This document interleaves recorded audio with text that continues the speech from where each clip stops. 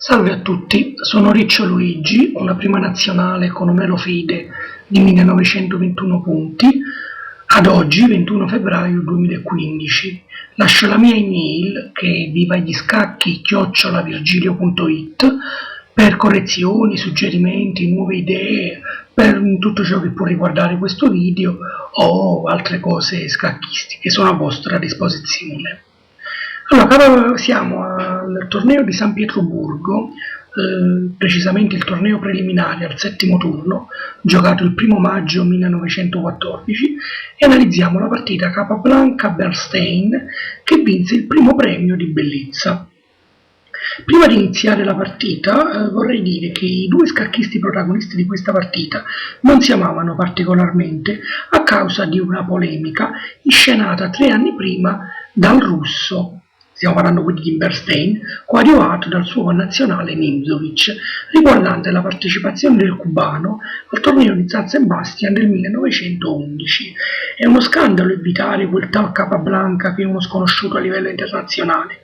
Queste furono le parole pressappoco dei due russi e la cosa, certamente non è stata mai gradita da Capablanca, che non appena aveva la possibilità di affrontarli entrambi, li batteva di fatto sistematicamente e piuttosto nettamente, dimostrando la sua immensa superiorità su di essi.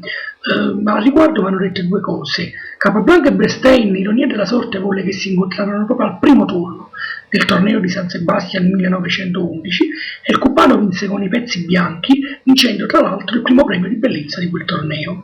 Inoltre Capablanca vinse in solitaria il torneo di San Sebastian con mezzo punto di vantaggio su Rubinstein, mentre Nimzowitsch e Bernstein furono relegati a metà classifica. E inoltre Capablanca a Mosca batté un'altra volta Bernstein in una splendida partita, questa volta giocando con i pezzi neri. Non era un torneo, ma era una partita di esibizione in quel caso. Di fatto Nimzowitsch e Capablanca, per quel che ne so io dal mio database, non riuscirono mai a vincere neanche una sola partita contro Capablanca. Ora analizziamo questa partita giocata al torneo di San Pietroburgo. Allora, le prime mosse scorrono veloci perché praticamente siamo nella variante classica della partita ortodossa. Ora, a questo punto Bernstein gioca a C6, anche se la principale è a Rocco. Dopo C6 Capablanca gioca alfiere D3. Qui ci sono altre mosse, che sono la pari di alfiere D3. Una è donna C2, che è una buona mossa perché la donna è ben piazzata in questa casa, in quanto il nero ha già spinto in C6, e quindi la spinta in C5 che gli servirebbe per aprire la colonna C dove c'è la colonna bianca, là dove c'è la donna bianca gli costerebbe un tempo, perché dovrebbe portare poi la torre a 8 in C8, quindi donna C2 è una buona mossa. Un'altra mossa invece un po' più dubbia è torre C1, perché si piazza la torre su una colonna chiusa, quindi si giustificherebbe la mossa C6 del nero. Invece torre C1 sarebbe buona se il nero avesse spinto direttamente in C5. Un'altra variante invece buona è C per D5, il cambio, la variante di cambio che delinea le rispettive strategie. Il bianco potrà scegliere su un attacco di minoranza a ovest grazie ai pedoni A e B, oppure per un attacco al centro giocando E3-4 al momento opportuno, anche se in questa posizione appare dubbio perché il cavallo è già stato sviluppato in F3. Invece quando il bianco in questa variante di cambio spinge in E4, prima mette il cavallo G1 in E2 e poi da E2 lo porta in G3. Il nero da parte sua cercherà di fare perno sulla casa E4. Dopo alfiere D3, Bernstein decide di giocare D per C4 per far perdere un tempo a Capablanca, perché chiaramente l'alfiere si dovrà rispostare. Chiaramente qua la principale è a Rocco. Dopo D per C4, alfiere per C4, Capablanca sfrutta la spinta, sfrutta la spinta in C6 per spingere in B5, ma si poteva giocare anche più tranquillamente cavallo D5 con l'idea di semplificare la posizione. Dopo B5 Capablanca torna indietro in D3, Bernstein gioca A6 con l'idea di spingere in C5 e non lasciare sospeso il pedone B5. Qui Capablanca gioca la novità teorica per l'epoca, E4. In passato si era avuto a Rocco con una patta nella Rubinstein con nel 1905, oppure una patta in Gillette Bernstein. Ecco, ci torniamo diciamo in Bernstein, che probabilmente voleva sperimentare una variante in cui si è trovato bene, a Coburg nel 1904. Fatto sta che Capablanca subito attacca il centro e gioca E4. Qui Bernstein sbaglia, gioca E5, che è una mossa troppo lenta e imprecisa, perché è vero che il nero ricatturerà il pedone E5, chiaramente dopo che il bianco avrà preso D per E5, ma questo gli costerà dei tempi che saranno a svantaggio del nero, in quanto il bianco appunto si troverà in vantaggio di sviluppo. Era più precisa C5, se Capablanca avesse spinto in E5, però dopo cavallo D5 il nero aveva una posizione abbastanza solida. Dopo E5 Capablanca prende, ed ecco che Bernstein gioca cavallo G4 per riprendere in E5. Chiaramente Capablanca non agevola l'avversario prendendo in E7, ma gioca alfiere F4, con l'idea di applicare il principio che chi è in ristrettezza di spazio deve cercare, diciamo, di cambiare pezzi, e quindi Capablanca, essendo in vantaggio di spazio, deve cercare di mantenere i pezzi il più possibile sulla scacchiera per creare maggiori problemi all'avversario.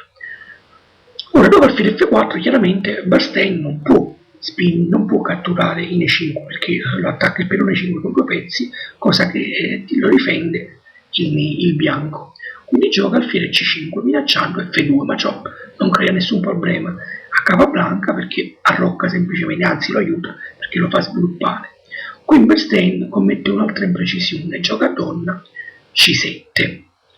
Chiaramente qui già è costretto a giocare in maniera semi-forzata perché Capablanca minaccia la spinta in H3 e se il nero non riesce a catturare le 5 si trova in posizione naturalmente notevolmente inferiore. Qui era meglio giocare donna E7 e Capablanca, per non vedersi ricatturato il pedone 5 senza ottenere nulla, avrebbe dovuto spingere in E6, a cui Bernstein avrebbe dovuto rispondere F per E6, chiaramente non donna per E6, perché dopo cavallo G5 si attacca la donna e rimane il cavallo G4 appeso, cioè Capablanca avrebbe netto vantaggio. Quindi dopo 6 F per E6 probabilmente Capablanca avrebbe avuto un lievissimo vantaggio, nulla più.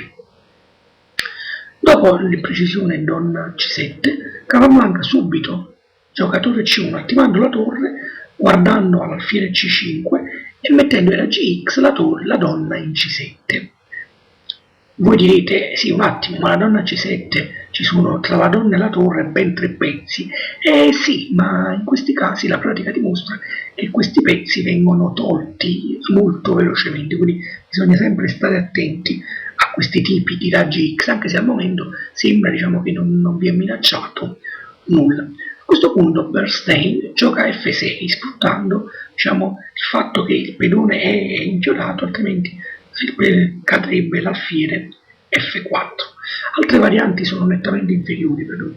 Dopo cavallo G E5, Capablanca avrebbe due ottime varianti, una addirittura col sacrificio in B5, dopo C per B5, cavallo per E5, cavallo per E5 e donna H5 con chiaro vantaggio. Oppure, dopo cavallo G per E5, la semplice cavallo per E5, cavallo per E5, cavallo per B5 e dopo C per B5 si sfrutta appunto l'inchiodatura dell'alfiere C5 sulla donna. Ecco, come vi dicevo, in appena 3 mosse il nero ha già dei problemi grazie al problema appunto dei raggi X della torre sulla donna. Se invece avesse giocato dopo torre C1 cavallo D per E5, seguiva semplicemente cavallo per E5, cavallo per E5, cavallo per B5, C per B5, donna H5 con netto vantaggio da parte del cubano. Quindi Bernstein decise di giocare F6, Capablanca ritira l'alfiere proteggendolo e a questo punto il pedone 5 deve essere catturato, altrimenti chiaramente Bernstein andrebbe in svantaggio decisivo. Lo prende di pedone Bernstein. Su cavallo G per E5 seguiva cavallo per E5, F per E5, donna B3 e per Bernstein sarebbero stati guai seri perché non può arroccare corto sicuramente, lungo nemmeno, avrebbe avuto il pedone E5 molto debole, il pedone C6 arretrato, il bianco ha già arroccato, quindi il re al centro del nero in posizione quantomeno sospetta e quindi Capablanca sarebbe stato molto meglio. Dopo F per 5 però Capablanca dà avvio alle operazioni decisive con la spinta in B4, proprio grazie al fatto che lui ha i pezzi tutti sviluppati praticamente, mentre il nero non ha arroccato, ha il pedone E5 debole e il pedone C6 altrettanto debole. Dopo B4 qui Bernstein probabilmente si accorse di essere in posizione nettamente inferiore e decise di giocare alfiere 7, di ritirare l'alfiere. Altre mosse sono comunque perdenti. Se catturava il pedone seguiva cavallo D5, chiaramente il cavallo non può essere preso per il problema dei raggi X della donna sulla torre. Dopo donna D6, semplicemente, ma anche se la donna fosse andata in A5 non cambiava nulla, perché Capablanca avrebbe giocato comunque cavallo per B4, donna per B4, torre C6 e in questa analisi di Golombek il bianco chiaramente sta molto meglio. Oppure se invece di A7 sia su alfiere B6 sia su alfiere 7 seguiva la fortissima cavallo D5 e Capablanca diciamo stava nettamente meglio. Su alfiere D6 poteva seguire alfiere per B5, A per B5, cavallo per B5, ma a questo punto deve dare la donna Bernstein per non perdere anche l'alfiere inutilmente, ma dopo chiaramente torre per C7, alfiere per C7, donna D5 si minaccia la torre, cavallo B6, donna C6 scacco, re D8, alfiere H4 e prende Capablanca avrebbe vinto facilmente. Se invece l'alfiere andava in D4 semplicemente veniva perso con cavallo per D4 perché il pedone 5 inchiodato sulla donna.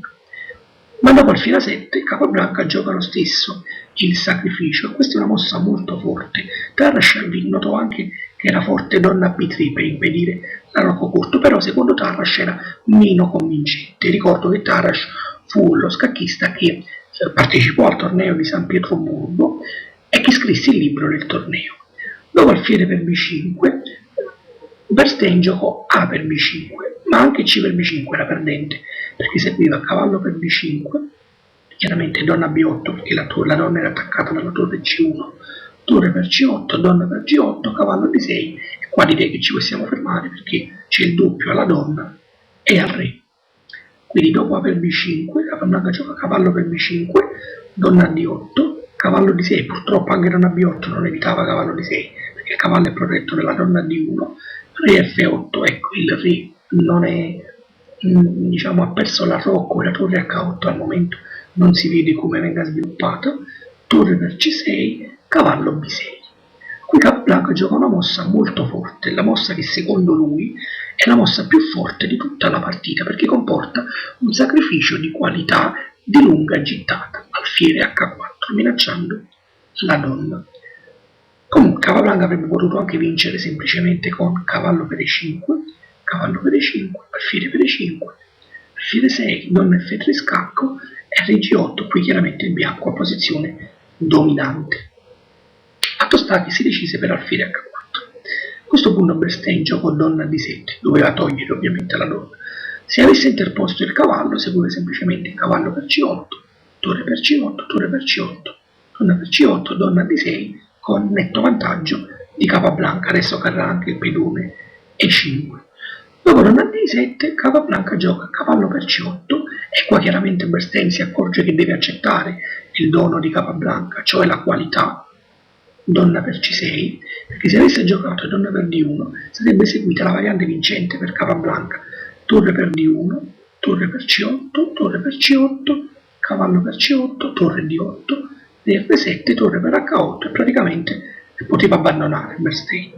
Dopo donna per C6, Capablanca giocò donna D8 scacco. Qui era più veloce la vittoria con alfiere 7, adesso su re F7 seguiva cavallo G5, re G6, donna per G4, donna per C8, cavallo E6 scacco, re F7, donna per G7, re per E6, torre D1 praticamente matto a breve. Se invece su alfiere 7 seguiva re 8, allora donna D8, scacco, re F7, cavallo G5 scacco, re G6, donna per H8, cavallo F6, alfiere prende, donna prende, H4 e anche qui la vittoria diciamo di Capablanca sarebbe stata certa. Ma di modo Capablanca giocò donna D8 a cui Bernstein interpose la donna. Chiaramente re F7 era perdente per cavallo D6, scacco. Donna E8, alfiere 7, re F7, cavallo D6 scacco, re G6, qui Capablanca giocò cavallo H4.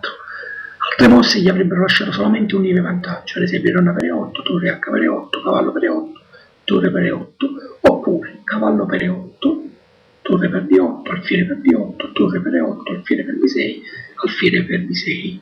Gli avrebbero lasciato un lievissimo vantaggio. Giustamente Capablanca prosegue l'attacco non cambiando i pezzi, non avendone un vantaggio tangibile, e quindi dopo cavallo H4, qui Bernstein gioca re H5. Chiaramente re H6 sarebbe stato un errore madornale, perché seguiva il matto in 3 con cavallo D per F5, re H5, cavallo G3 scacco, re H6, alfiere G5 matto. Sarebbe stato un matto spettacolare, chiaramente Bernstein non lo vide, giocò re H5. A questo punto Capablanca giocò cavallo per E8, ma avrebbe vinto anche donna per E8, torre H per E8, cavallo per E8, torre per E8. Dopo cavallo per E8, Bernstein decise finalmente di catturare la torre di Capablanca, ma probabilmente la più forte torre per E8, donna per D. Era una variante un po' migliore per Bernstein. Dopo torre per D8, qui Capablanca è molto attento, gioca cavallo per G7 scacco. È attento perché? Perché non gioca alfiere per D8, diciamo inebriandosi col guadagno della torre, perché seguiva torre per E8, alfiere per B6, alfiere per B6, e qui chiaramente avrebbe avuto un chiaro vantaggio il nero. Dopo cavallo per G7, re H6, cavallo G per F5 scacco, ancora alfiere per D8 sarebbe stata comunque vincente perché seguiva re per G7, cavallo F5, re F7, il bianco avrebbe avuto un netto vantaggio, però Capablanca mantiene i pezzi sulla scacchiera, cavallo G per F5, re H5 ed ecco la punta della combinazione, H3. Ora il punto qual è? Che il nero non può ritirare il cavallo G4, altrimenti seguirebbe il matto, quindi deve restituire il pezzo, restando con ben 3 pedoni in meno. Capablanca avrebbe anche vinto con alfiere per D8, torre per D8, H3, cavallo H6, G4 scacco, re G5, F4, E per F4, cavallo F3, re G6, cavallo E5 scacco, re F6. Sarebbe stata comunque una posizione superiore per il cubano. Però, diciamo, Capablanca decise di giocare su quello che aveva visto, cioè di riprendere il pezzo restando con 3 pedoni in più. Bernstein gioca cavallo C8, chiaramente torre D7 sarebbe stato un errore madornale perché avrebbe preso subito matto, con H per G4, re per G4, F3, re F4 e matto di pedone in G3. Dopo cavallo per C8, chiaramente Capablanca prende in G4, re per G4, ora riprende la qualità, torre per D8, G3. Ed ecco, se analizziamo e ci fermiamo un attimo a vedere fin qui chi sicuramente anche qui avrebbe visto Capablanca la partita, Capablanca ha 5 pedoni contro 2, per giunta 2 pedoni uniti e passati sul lato di donna, quindi chiaramente la vittoria si vede subito che è una questione qui di tecnica. Comunque Bernstein cerca di attivizzarsi, torre D2, Capablanca sale con re, torre E2, chiaramente torre per A2, seguiva cavallo F3 e cadeva il pedone E5, oppure si minacciava qualche altra cosa e Capablanca avrebbe avuto partita vinta. Diciamo comunque la minaccia immediata è cavallo per E5. Dopo torre 2, Capablanca non si fa pregare per attivare i suoi pedoni sull'ala di donna, cavallo B6, cavallo E3 scacco, re H5, A5, cavallo D7, cavallo HF5, cavallo F6, B5, ecco che i pedoni avanzano, alfiere D4. Chiaramente alfiere per E3 non sarebbe servito a molto perché seguiva cavallo per E3, torre A2, cavallo C4, si guarda A5 e si minaccia E5, cavallo per E4, re F3 con vittoria praticamente quasi certa, anzi non quasi certa, vittoria certa di Capablanca. Dopo alfiere D4, Capablanca gioca re F3, torre A2, i pedoni avanzano ancora, alfiere A7, ecco, torre C1, qui praticamente Capablanca attiva l'ultimo pezzo che era tra virgolette inoperoso, la torre, e qui è chiaro che la partita è finita, qui c'è poco da analizzare, torre B2 minacciando il pedone B5, scacco in G4, re G6, chiaramente cavallo per G4 perdeva, per cavallo per G4, torre B3, cavallo F per E3, torre per B5, torre H1, re G6, torre H6 scacco, re G5, torre per H7, alfiere per E3, torre G7, re H5, re per E3, torre B3, re D2 e la partita è finita. Dopo re G6, Capablanca entra in settima e qui è finita, c'è poco da fare. Insomma. Si minaccia l'alfiere, si minaccia la spinta del pedone A, si minaccia torre G7 matto al momento, quindi Bernstein in preda alla disperazione più totale gioca torre per F2, neanche cavallo 8 guardando la casa G7 e minacciando la torre G7 avrebbe salvato Bernstein, perché Capablanca semplicemente avrebbe catturato l'alfiere e anche dopo torre per B5 è chiaro che avendo un pezzo in più e il pedone passato sulla ridonna la partita era finita. Dopo torre per F2 chiaramente Capablanca cattura la torre, Bernstein gioca cavallo per G4 sfruttando l'inchiodatura di questo cavallo che però essendo difeso non verrà ricatturato, quindi dopo re F3 è costretto ad abbandonare avendo praticamente una torre in meno, due pedoni uniti e passati sulla laridonna, insomma un massacro.